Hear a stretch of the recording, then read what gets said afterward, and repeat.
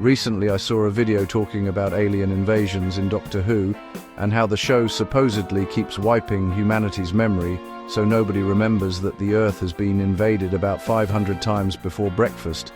And honestly, that argument always struck me as a bit lazy.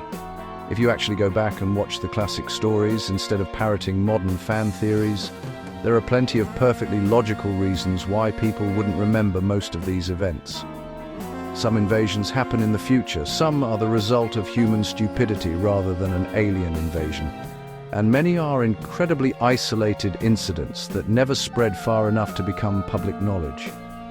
When you break the stories down logically, the idea that the world somehow forgets everything isn't really necessary. Most people simply never knew about the events in the first place, but the modern series has no such excuse. Welcome to the Snake Pit, where we're full of bile and venom. I'm your host, Snake Damon, and today I'm looking at the classic era of Doctor Who invasions. First off, the so-called big one everyone likes to bring up is the Dalek invasion of Earth, except that one doesn't count in the slightest because the story explicitly takes place in Earth's future. From the perspective of modern humanity, that invasion hasn't happened yet. So that's one of the biggest supposed examples already knocked off the board. Then you've got the war machines and Wotan, but the root cause is human error. In other words, it's less alien invasion and more someone forgot to unplug the evil supercomputer. So if we're looking for the first actual alien invasion attempt, the closest candidate is probably the 10th planet. And even then, the events are surprisingly limited in scope. Yes, the Cybermen arrive from the twin planet Mondus, and yes, they attempt to infiltrate Earth, but the actual on-screen impact is relatively small. The Cybermen attack a snowbound research station in Antarctica, and later strike government facilities, but those are hardly places filled with witnesses. When Cybermen storm government offices, let's be honest, the average bloke down the pub isn't exactly getting a front row seat to the action. Most of the events take place in highly restricted environments, meaning the majority of the population never even sees what's happening. The world might feel the effects of Mondus draining Earth's energy, but the actual Cybermen presence is largely contained.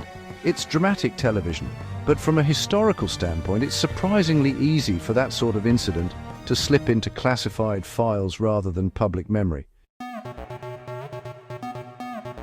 And this pattern continues. Take the Faceless Ones, for example. The chameleon aliens infiltrate Gatwick Airport by replacing staff and passengers, quietly abducting people and sending them off-world. But the key word here is quietly. The entire plan depends on secrecy. People vanish, flights leave, and the replacements behave normally. To the outside world, it would look like missing persons cases rather than an alien takeover. Without obvious monsters stomping down the high street, the public simply wouldn't connect the dots. Then you have the Abominable Snowmen, which is another incredibly isolated situation. The Yeti appear in a remote Tibetan monastery high in the Himalayas. The monks living there have minimal contact with the outside world, and the only outside witness of Professor Travers is hardly treated as a reliable source when he starts telling people he saw robotic yetis wandering around the mountains. To most people, he probably sounds like someone who spent too long breathing thin air. So that brings us to the first genuine large-scale invasion scenario, the Web of Fear. This one is actually interesting because it spreads right into the heart of London. The threat begins underground. A deadly web-like fungus, controlled by the Great Intelligence through its robotic Yeti, spreads through the tunnels of the London Underground. The stuff kills instantly on contact, creeping through stations and tunnels like a living fog of death. Naturally, the authorities panic. The British military quickly locks the entire area down. Troops are deployed across the underground system, the public are evacuated, and large sections of central London effectively become a quarantine zone.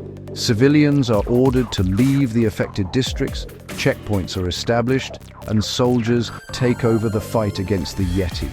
The city becomes eerily empty.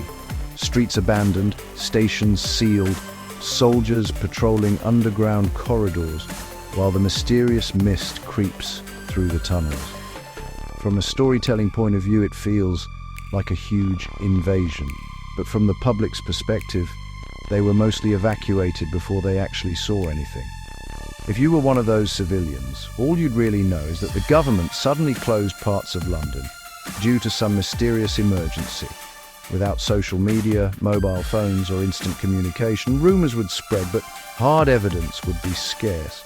Afterwards, the military would almost certainly classify the entire affair. Between quarantines, secrecy, and the fact that most witnesses were soldiers, the whole thing could easily be written off as some kind of chemical disaster or military incident rather than an alien invasion. Then there's Fury from the Deep, the infamous seaweed creature story, and, well, once again, this is incredibly isolated. The events occur at a North Sea gas refinery and nearby installations.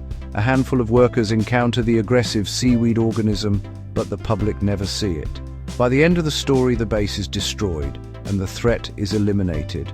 With the location remote and the witnesses limited, it's easy to see how the incident would disappear into corporate or government reports rather than public knowledge. Now we get to Spearhead from Space, which introduces the Third Doctor and the Autons.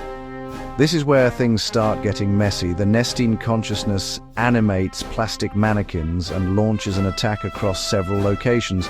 But if you look closely, most of the key events happen in very controlled environments. The main Nestene base is hidden inside a plastics factory. UNIT and the military are heavily involved in the investigation and the final battle, meaning most of the people present would almost certainly be under strict secrecy orders. If you're a soldier fighting walking shop dummies, the government probably tells you to keep your mouth shut. Then you have the civilians like Celie and Meg. Celie's testimony would likely be brushed aside as confusion or exaggeration, while Meg's encounter leaves her traumatized enough that people might simply assume she's not a reliable witness. The real sticking point is the Auton attack on the streets, the famous scene with the shop window mannequins coming to life. But even there, the story cuts away quickly and we never see the aftermath. It's entirely possible that many of the people who encountered the Autons didn't survive, and those who did would be dealing with authorities eager to shut the whole thing down quietly. And that's really the recurring theme throughout the Third Doctor era. Many of the threats are either contained, classified, or simply misinterpreted. The Claws of Axos takes place largely around unit headquarters and government facilities. The Sea Devils unfolds mostly on naval bases, prisons, and undersea installations. Inferno involves primord creatures in a drilling project, where most witnesses are scientists and soldiers. In other words, controlled environments again. Some stories even have built-in explanations. The Green Death is essentially a disaster caused by corporate pollution, giant maggots created by human industry. Meanwhile, Invasion of the Dinosaurs turns out to be a human conspiracy, manipulating time technology rather than an alien invasion. Then you get to the Demons, where the supernatural reputation of the village already makes people dismiss the events as folklore or hysteria. And finally, there's Planet of the Spiders. Even here, the spider creatures don't launch a massive invasion of Earth. They send a few scouts and manipulate events from afar while remaining largely hidden. So when you actually break it down, the classic era of Doctor Who rarely shows Earth experiencing the kind of global invasion people imagine. Most stories are limited to secret facilities, remote locations, military zones, or situations where witnesses are either few in number or quickly silenced by official channels. In other words, humanity doesn't need some magical universal memory wipe. Most people simply weren't there. Anyway, that's my look at the early years and why these invasions wouldn't necessarily stick in the public memory. I'll get into the rest of the Doctors at some point, because once the series hits the later eras, the scale of these invasions starts getting a lot bigger and the explanations get a lot shakier. Thanks for dropping by the Snake Pit, where we thrive on untapped potential and lost opportunities. Don't forget to subscribe and hit that bell, like the video, and leave your opinions in the comments, where naturally I won't read them. Until next time, stay venomous.